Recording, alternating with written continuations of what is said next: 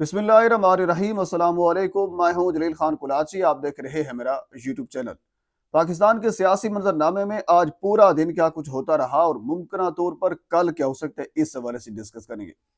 हुजूर वाला, हम शुरू यहाँ से करते हैं कि आज एक बड़े अखबार के अंदर एक हेडलाइन छपी कि बलूचिस्तान के 12 शहरों के ऊपर हमले दहशतगर्दों ने किए, लेकिन रियासत ने नाकाम बना दिए। मैं आपको मफहूम उसका आपके सामने रख रहा हूँ। मैं ये समझता हूं कि इसके ऊपर एक बड़ा सवाल या निशान होना चाहिए। यानी जहां से थोड़ी सी भी कोताही हुई है, उनको कड़ी सजा देनी चाहिए और सिक्योरिटी सख्त करनी चाहिए, बजाय इसके कि अपनी जो हमारी नाकामियां हैं, हमें उनसे सीखना चाहिए कि हम कहां कहां से कमजोर थे, कहां कहां से दहशतगर्द इंटर हुए, वो कैसे अपने हमले करने में कामयाब हुए। हमें इसके ऊपर काम करना चाहिए, बजाय इसके कि हम ये कहें कि हमले नाकाम हुए। हुजूर वाला, मैं कुछ हकायक आपके सामने रख देता हूं। पहली तो बात यह है कि जो हमारे पुलिस एहलकार और जो हमारे आम शहरी शहीद हुए, हम दिली तौर पर इजहार अफसोस करते हैं उनके वरसा के साथ, और करना भी चाहिए। अगर जहरी सी बात, अगर घर का बंदा शहीद हो जाए तो और बंदा क्या करे उसमें। लेकिन यह है कि सवाल तो हमारा हक है, सवाल तो बनता है उसके ऊपर कि ऐसा क्यों हुआ, यानी कहां से कमजोरी हुई जिसकी वजह से हमारे घर का बंदा जो है वो मारा गया, एक आम शहरी मारा गया, एक पुलिस एहलकार मारा गया। 15 हुजूर वाला पुलिस एहलकार यानी ट्रेन लोग जो ट्रेंड होते हैं इस चीज के लिए, वो मारे गए, वो शहीद हुए। और इसी तरह आम शहरी जो है वो 18 वो शहीद हुए। तकरीबन 33 की तादाद बताई जा रही है जो हमारे आम शहरी और पुलिस एहलकार शहीद हुए। दहशतगर्दों के हवाले से अगर बात की जाए तो 93 का फिगर जो है वो आ रहा है, यानी जो 93 दहशतगर्द हैं वो मारे हैं। दहशतगर्द है, इससे भी ज्यादा भी मारे जा सकते थे, बिल्कुल इससे कम भी मारे जा सकते थे। सवाल ये है कि वो बलूचिस्तान के जो क्वेटा जैसे शहर यानी दारुल हुकूमत जो है वहां तक कैसे पहुंच गए, जो बड़ा एक सवाल निशान है। उन्हें मुख्तलिफ जो सरकारी इमलाक है उनको नुकसान क्यों पहुंचाया। 3 बैंक उन्होंने तबाह किए, मुख्तलिफ सरकारी इमलाक को नुकसान पहुंचाया, डीसी नौशी को उन्होंने अगवा किया, उसके बाद फिर उनसे बाजियाब करवाया गया, खातून असिस्टेंट कमिश्नर को भी उन्होंने अगवा कर लिया। ये पाकिस्तान के अंदर की सूरत हाल हो रही है। एक बड़ा सवाल निशान है, एक बड़ी गलती हुई है हमारे इदारों से, यानी वो इदारे और वो लोग जो सिक्योरिटी के ऊपर मामूर थे, उनकी वजह से, उनकी कोताही की वजह से, उनकी कमजोरी की वजह से, जो आप कह सकते हैं उनको जो नाम देना से। अगर हम इस गलती को नहीं मानेंगे तो फिर हम सीखेंगे नहीं। बिल्कुल ये बात दुरुस्त है कि उन दहशतगर्दों को हमने जहन्नुम वासिल किया, करना भी चाहिए था। सवाल यह है कि वो आए कैसे, सवाल यह है कि उन्होंने हमें नुकसान पहुंचाया क्यों। बिलाखिर हमारी रियासत पाकिस्तान के जो इदारे हैं उनको नुकसान तो पहुंचा है, चाहे हमारे बैंक की इमारतें हों या बाकी सरकारी इमलाक हैं, या हमारे जो जवान शहीद हुए हैं, या हमें नुकसान तो पहुंचा है। सवाल यह है कि हमें नुकसान क्यों पहुंचा। ये अलग मसला है कि हमने दहशतगर्दों को मार दिया, बिल्कुल वो तो हमारा हक था, उनको मारना था हमने, हमें उन्होंने क्यों मारा, वो कैसे यहां तक पहुंचे, ये सवाल निशान है जो हम अपने इदारों के सामने रखते हैं। और इसके ऊपर कड़ी निगरानी रखनी चाहिए कि कुताही कहां से हुए, यानी प्रॉपरली इसको इन्वेस्टिगेट करना चाहिए, जो मैं समझता हूँ। बहरहाल ये एक तफसील, एक खबर मैंने आपके सामने रख दी है। हम आगे चलते हैं।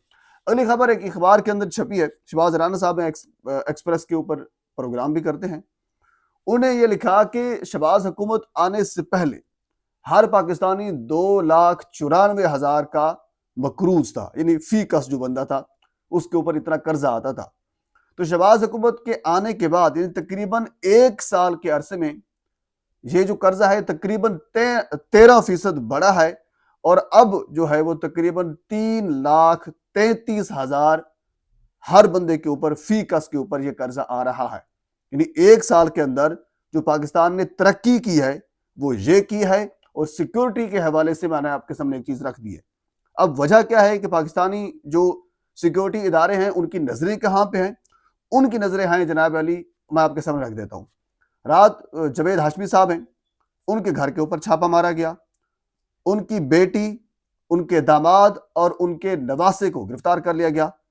एक तस्वीर फिर वायरल हुई, इसमें एक मासूम बच्चा जो उनका नवासा था उनको जवेद हाशमी साहब ने उठाया हुआ था। बुजुर्ग सियासतदान है और उस बच्चे के सर के ऊपर चोट भी लगी हुई थी, वाज़ेह नजर आ रहा था। तकरीबन यानी जवेद हाशमी साहब के बकौल 60 से 70 पुलिस एहलकार उनके घर का घेराव कर रहे थे। क्यों? کیونکہ انہوں نے کچھ دن پہلے جو بادشاہ سلامت ہیں ان کے متعلق کچھ گفتگو کر دی گئی تھی تو وہ اچھی نہیں لگی تھی۔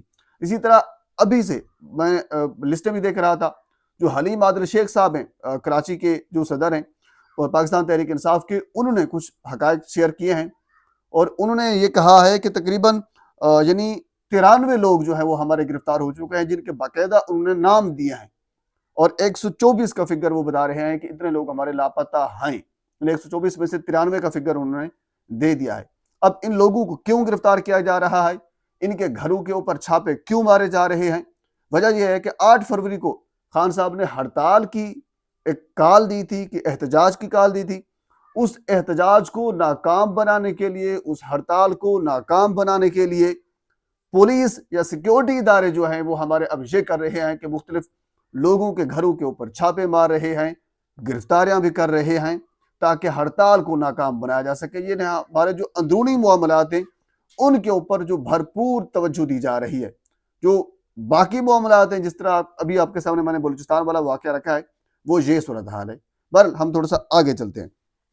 اگلی خبر آج کی بڑی اہم ترین وہ امن جرگے کے حوالے سے تھی۔ جمرود فٹ بال گراؤنڈ میں پاکستان تحریک انصاف نے، خصوصاً سہیل افریدی صاحب نے ایک امن جرگہ منعقد کیا تھا وادی تیرہ میں جو نقل مکانی ہوئی ہے اس حوالے سے، یعنی حکومتی جو وزراء تھے یا حکومتی جو موقف تھا وہ یہ تھا کہ جو نقل مکانی وہاں سے ہو رہی ہے وہ ان کے اپنی مرضی سے ہو رہی ہے، جبکہ پاکستان تحریک انصاف کا یہ موقف تھا کہ زبردستی اور جبری طور پر لوگوں کو وہاں سے یعنی نکالا جا رہا ہے، آپریشن کیا جا رہا ہے۔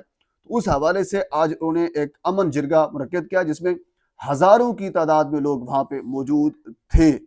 یہ الگ مسئلہ ہے کہ پاکستان کی کسی ٹیلی ویژن کے اوپر اس چیز کو نہیں دکھایا جا رہا۔ ہاں، ایک بڑا سیاسی میرے خیال میں اس قسم کا کوئی ایک اتحاد ہے، اس کو وہ دکھایا جا رہا تھا، حالانکہ اس حوالے سے کوئی نہیں جانتا، لیکن اس چیز کو آج بالکل مکمل چھپایا جا رہا تھا۔ سہیل افریدی صاحب ابھی میں دیکھ رہا تھا کہ وہ وہاں پہ پہنچ چکے تھے اور باقی قیادت بھی وہاں پہ موجود تھی۔ لوگوں نے اپنے ہاتھوں میں جو سفید جھنڈے ہیں وہ اٹھائے ہوئے ہیں، یعنی جو امن کی علامت ہوتا ہے بیسیکلی وہ انہوں نے اٹھائے ہوئے تھے۔ اور ایون کہ بی بی سی کی رپورٹ بھی میں کل آپ کے سامنے رکھی تھی کہ جب بی بی سی نے جا کر جو وادی تیرہ کے لوگ ہیں جب ان سے پوچھا، اور اس کے بعد پھر حکومتی وزراء کے موقف میں اور پھر ان عام لوگوں کے موقف میں کیا فرق تھا، وہ بی بی سی کی رپورٹ بھی موجود ہے، میں گزشتہ ویڈیو کے اندر آپ کے سامنے بھی رکھ چکا ہوں۔ بہرحال اس سیاسی جو ایک امن جرگہ ہے، اس حوالے سے اگر جو چیز بھی میرے تک پہنچے گی ابھی وہ جاری ہے، اور نیکسٹ ویڈیو میں آپ کے ساتھ میں وہ بھی ضرور شیئر کروں گا۔ ایک مرتبہ آپ سے گزارش ہے میرے چینل کو سبسکرائب کر دیں تاکہ آنے والی ہر انفارمیٹیو ویڈیو آپ تک پہنچ سکے۔ اللہ حافظ۔